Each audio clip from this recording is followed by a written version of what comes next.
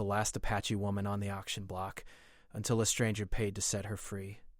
Plus, dust moved slowly across the wide streets of Casera. 9. A frontier world where old traditions survived beside advanced machines.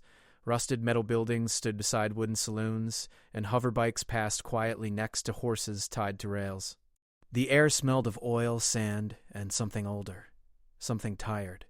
Travelers came here when they had nowhere else to go. Traders came when they wanted to buy things others did not want to sell. At the center of the settlement stood a raised auction platform made from old steel plates. Neon lights blinked above it, casting long shadows across the crowd. People gathered in silence, some curious, some cruel, others simply looking for profit. The auctioneer's voice echoed through a cracked speaker, calling for attention. On the stage stood a woman. She wore simple clothing marked with the symbols of an ancient Apache tribe. Even with chains around her wrists, she stood straight, her dark eyes calm and unbroken. Many had heard rumors about her, the last Apache woman captured after a long conflict on the outer frontier. Some said her people were warriors who refused to kneel to corporate powers. Others said they vanished because they refused to change. Her name was Tala. She watched the crowd without fear. Inside, memories moved like distant thunder. Burning villages, broken alliances, and long journeys through dust storms under strange skies. She had survived when others had fallen, but survival had led her here, standing before strangers who looked at her as if she were an object. The auctioneer smiled as if presenting a rare treasure. Strong, he announced loudly. Trained in survival, tracking, and combat. One of the last of her kind. Bids began slowly. A tall merchant raised his hand, offering a small amount. Another buyer laughed and raised the price. Some stared at Tala with interest, others with cold calculation. None asked her name. None asked what she wanted. She refused to lower her eyes. Among the watchers stood a man leaning against a wooden post near the edge of the crowd.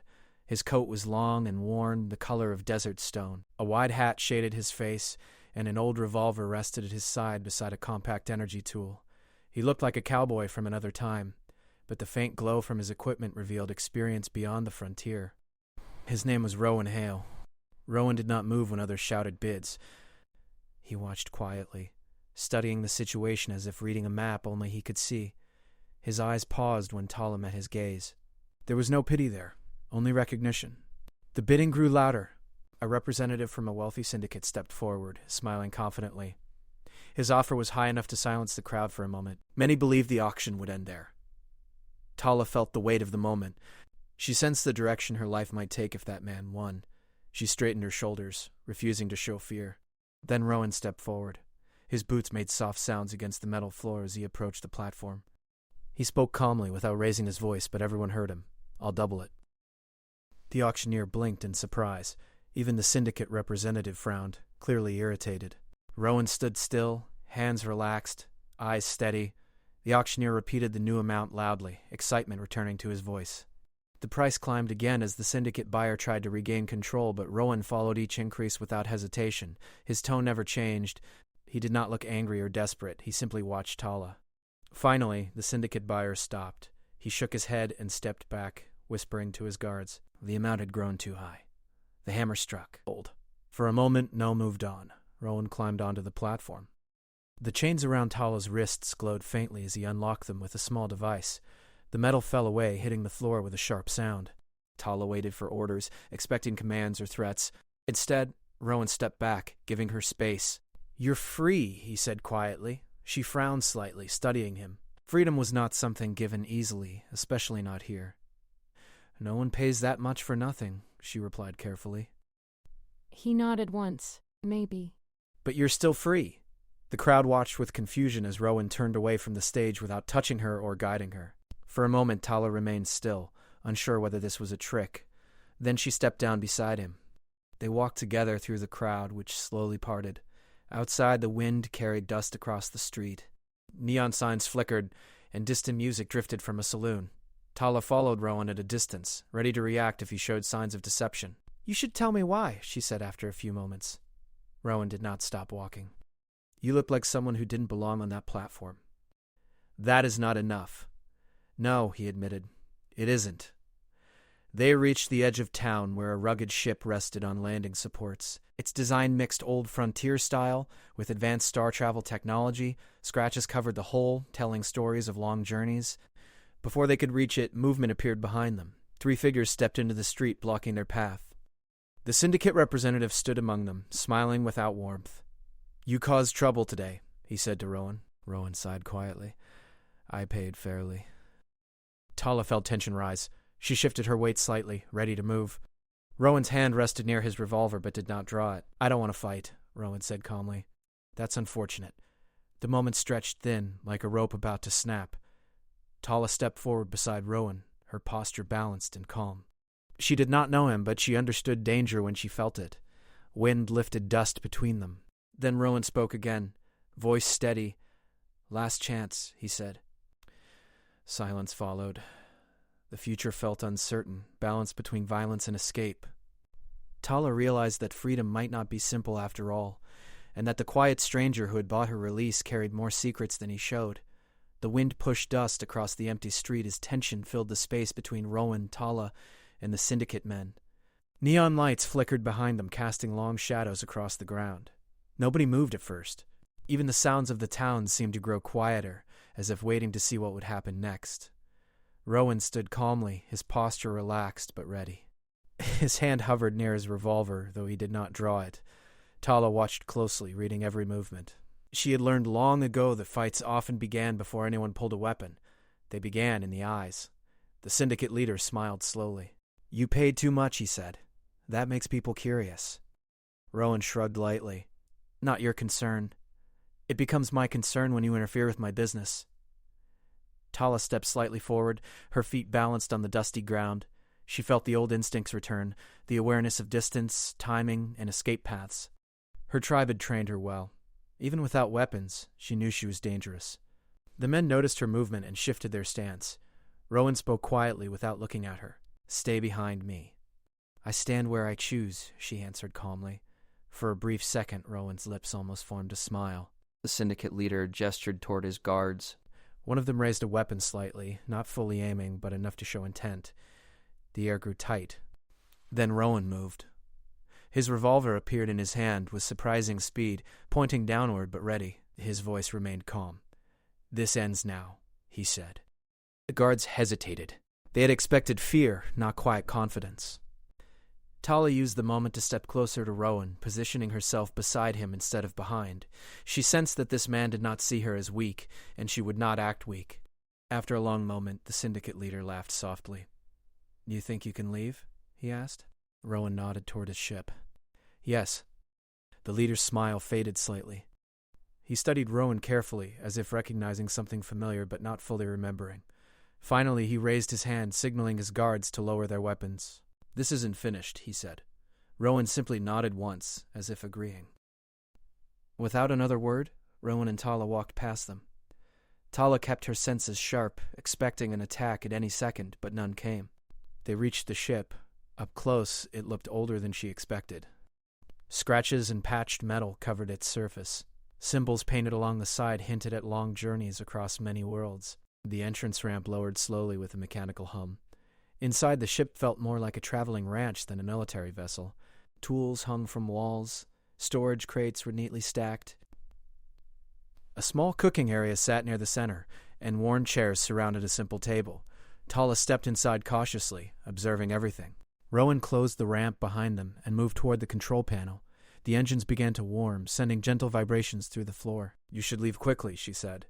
"That's the plan," he replied. The ship lifted slowly from the ground, rising above Kasara. Through the front window, the dusty settlement grew smaller, lights fading into the darkness. Silence filled the cabin for several minutes. Tala finally spoke. "Why me?" Rowan did not answer immediately. He adjusted controls carefully, guiding the ship toward orbit. "I've heard stories," he said at last. "Stories are often wrong, but sometimes they point toward truth." She crossed her arms, waiting. "I searched for people who were pushed aside," Rowan continued. "Frontier tribes. Old cultures.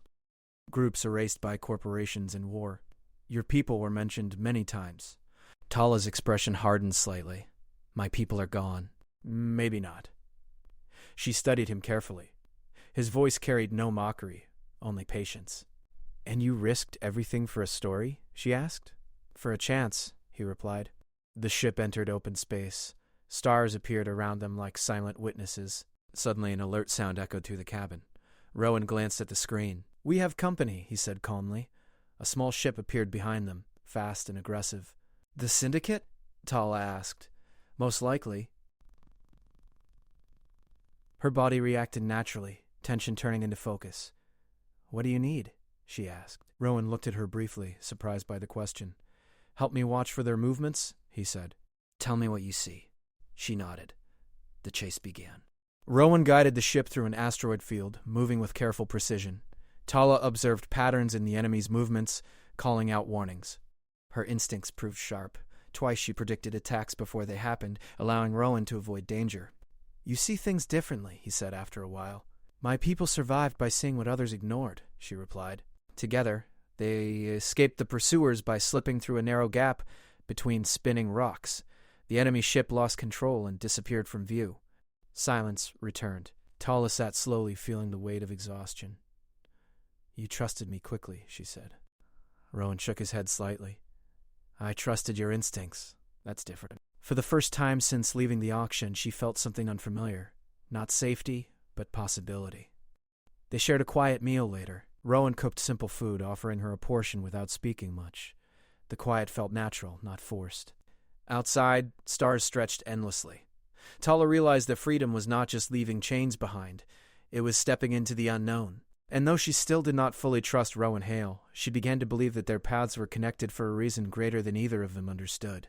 The ship moved quietly through deep space, leaving the chaos of Kisara 9 far behind. Stars stretched endlessly outside the viewing window, shining like distant fires across a dark sky. Inside the cabin, a calm silence settled between Rowan and Tala. Not uncomfortable, but thoughtful. Tala stood near the front window, watching the stars move slowly past. She had traveled through space before, but never like this. Never free. Never without chains or watchers. Rowan adjusted controls behind her, guiding the ship toward a distant desert moon. We will stop soon, he said. Why there? She asked. There's something I want to show you. She turned slightly, studying him. His voice held quiet seriousness, the same tone he used when danger approached. Hours later, the ship descended through thin clouds toward a barren landscape. Sand stretched across the surface like an endless ocean, broken only by scattered ruins. Old structures stood half-buried, their shapes worn by time and storms. Tala felt a sudden tightness in her chest. She recognized the patterns. This place, she whispered. Rowan landed the ship carefully near a cluster of broken buildings. It was once a settlement, he said softly. Records say Apache survivors lived here for a time. Tala stepped down the ramp slowly, boots touching the sand. Wind brushed across her face, carrying faint echoes of memory. She walked forward without speaking, moving between old stone markers and rusted tools left behind long ago. Her people had passed through here. She knelt near a faded symbol carved into a rock. Her fingers traced the lines gently. The past felt close enough to touch. Rowan stayed back, giving her space. After a long time, she stood again. They were running, she said quietly, searching for safety. I found reports of several frontier tribes disappearing, he explained. Official records say they failed to adapt, but I didn't believe that. Why? Because cultures don't just vanish, he replied. Someone benefits when they do. Tala found pieces of clothing, broken tools, and old campfire circles. Signs of life. Signs of struggle. Inside one collapsed structure, Rowan uncovered a small metal container hidden beneath debris. He opened it carefully. Inside were data chips protected by layers of cloth. Tala watched as he connected one to his device. Images appeared, recordings of people moving through the settlement, speaking in a language she recognized. Faces filled the screen, strong and proud despite exhaustion. Her people, her breath caught. They were documenting everything, Rowan said. A symbol flashed on the screen, a corporate logo. Tala's expression hardened. That company, she said quietly. They came to our lands before the attacks. I suspected as much. The recordings revealed conversations about sacred land containing rare energy crystals. The Apache tribe had refused to leave, believing the land held spiritual importance. Soon after, military forces arrived. Tala turned away, anger rising like fire. They destroyed us for resources, she said. Rowan did not deny it. The wind grew stronger around them, lifting sand into the air. Tala walked farther from the ruins, trying to steady her thoughts. Pain and rage moved together inside her. She had lost everything, and now she understood why. Rowan approached slowly. "I'm sorry," he said. "You knew something like this might be true?" "Yes. And you still brought me here." "I thought you deserved truth," he said gently. Silence followed. She turned back toward the ruins, breathing deeply. The anger remained, but beneath it something else formed.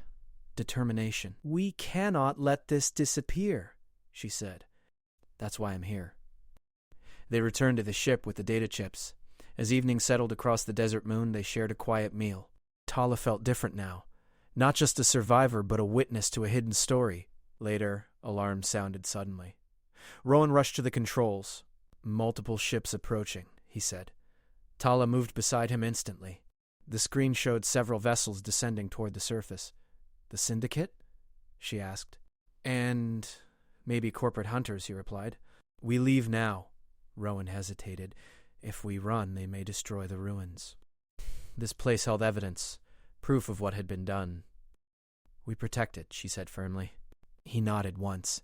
They lifted off just as enemy ships arrived. Laser fire flashed across the sky, forcing Rowan to maneuver quickly. Tala watched the patterns carefully, calling out movements. "They expect us to run straight," she said. "Turn toward the canyon." He trusted her immediately, guiding the ship through a narrow, rocky path. Enemy ships followed, but struggled to match his precision. One vessel moved ahead, blocking their path. Rowan's expression darkened slightly. "We may need to fight."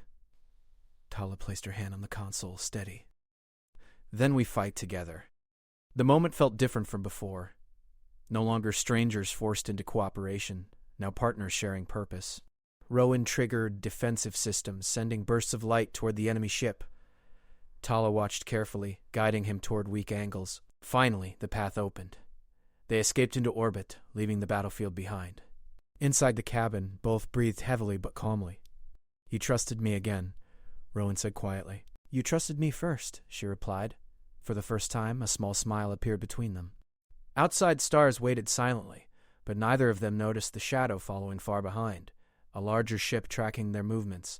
Preparing for the next encounter, the stars moved slowly outside the ship as Rowan guided their vessel deeper into open space. Behind them, the desert moon faded into darkness, but neither Rowan nor Tala felt safe yet. The shadow ship that followed them remained just beyond clear sensor range, like a hunter waiting for the right moment. Inside the cabin, quiet tension filled the air. Tala stood near the navigation screen, watching carefully. Since discovering the truth about her people, something inside her had changed. The sadness was still there, but it had turned into purpose. She was no longer just surviving, she was protecting the story that deserved to be known. Rowan checked the ship's systems one more time. "They're still behind us," he said calmly. Tala nodded. "They will not stop." "No," he agreed. Silence followed as both considered their next move. "We cannot keep running forever," she said finally. Rowan glanced toward her. "I was thinking the same." He brought up a star map showing nearby routes. One location blinked quietly. Kasara. 9, the same frontier world where they had first met. Tala noticed. "You want to return there?" "It's risky," Rowan admitted, "but it's also where the auction network operates. If we expose what we found publicly, we might stop them from hiding the truth." She thought carefully. Returning meant danger, but it also meant facing the system that had turned her into a prisoner. "I will go," she said firmly. Rowan nodded once. The ship turned slowly, beginning the long journey back. During the trip they prepared together. Rowan shared information about old allies who might help spread the truth. Tala practiced with training equipment, regaining the balance and strength she had once used as a warrior. Their movements around each other felt natural now, built on trust rather than uncertainty. As they approached Kasara, 9 lights from the settlement appeared again, small against the vast darkness of space. Sensors suddenly flashed. Multiple ships moved toward them. "They were waiting," Rowan said quietly. Tala remained calm. "Then we give them what they expect, but not how they expect it." He smiled slightly. "I was hoping you'd say that." Instead of flying directly toward the landing zone, Rowan guided the ship through a narrow canyon outside the main settlement. using terrain to block enemy sensors. They landed in a hidden area, away from main traffic. Night covered the town when they entered. Nothing had changed. Neon lights, dusty streets, voices drifting from saloons. But Tala felt different walking through it now. She was no longer a prisoner on display. They moved toward the auction platform. Crowds gathered again, another auction beginning. The same raised stage stood under bright lights, people watching without emotion. Tala stopped at the edge of the crowd. "This place," she said quietly. Rowan stood beside her. "Are you ready?"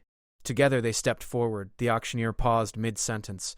As Rowan climbed onto the platform, murmurs spread through the crowd as people recognized him. "You again?" the auctioneer said nervously. Rowan ignored him, connecting a small device to the stage's broadcast system. Screens around the area flickered to life. Images appeared, recordings from the desert moon, the faces of Tala's people. Conversations revealing the truth about corporate actions, evidence of forced removal and destruction. Gasps moved through the crowd. Tala stepped forward beside Rowan. Her voice remained calm but strong. "They said we vanished because we were weak," she said. "But we were betrayed. People listened. Even guards hesitated, unsure what to do." Suddenly, armed figures pushed through the crowd. The syndicate leader and corporate agents. Anger filled their faces. "Shut it down!" one shouted. Rowan moved protectively closer to Tala. But she stepped forward first. "No," she said firmly. Her posture held strength that stopped people from advancing immediately. She was not speaking as a victim now, but as a warrior and witness. "You sold lives like objects," she continued. "You erased stories for profit. That ends today." Rowan triggered another function. The broadcast signal extended beyond the auction area, sending the recordings across local networks. The crowd began turning against the agents, whispering and stepping away from them. Realizing they were losing control, the syndicate leader ordered his guards forward. Rowan drew his revolver, but instead of chaos, something unexpected happened. Several townspeople stepped between them and Tala. "This isn't right," one said quietly. Others nodded. The agents hesitated, unwilling to attack in front of witnesses. Tala looked around, understanding that truth had shifted the balance. She walked toward the control panel of the auction stage. With steady hands, she activated the emergency override Rowan had prepared earlier. The platform system shut down. Lights flickered and died. The auction block, symbol of control and ownership, fell silent. A deep quiet spread through the street. Rowan watched her with respect. "What now?" he asked softly. She turned toward him. "Now we choose our own path." Authorities arrived soon after, drawn by the broadcast and the crowd's reaction. The agents retreated, their power weakened by exposure. Later, as dawn approached, Rowan and Tala returned to the ship. The settlement looked different now, uncertain, changing. Inside the cabin, Rowan prepared for departure. "You could stay," he said gently. "Help rebuild here." "My people were travelers," she said finally. "Warriors who walked new paths. I think I will continue walking." He smiled slightly. "Together?" he asked. "Together. As equals." The ship lifted into the sky, leaving Kasara 9 behind. Stars opened before them like an endless frontier. Not a rescue story, not a story of ownership, a story of freedom, partnership, and new beginnings. Two travelers moving forward across the galaxy like cowboys riding into an endless horizon, carrying truth with them wherever they went.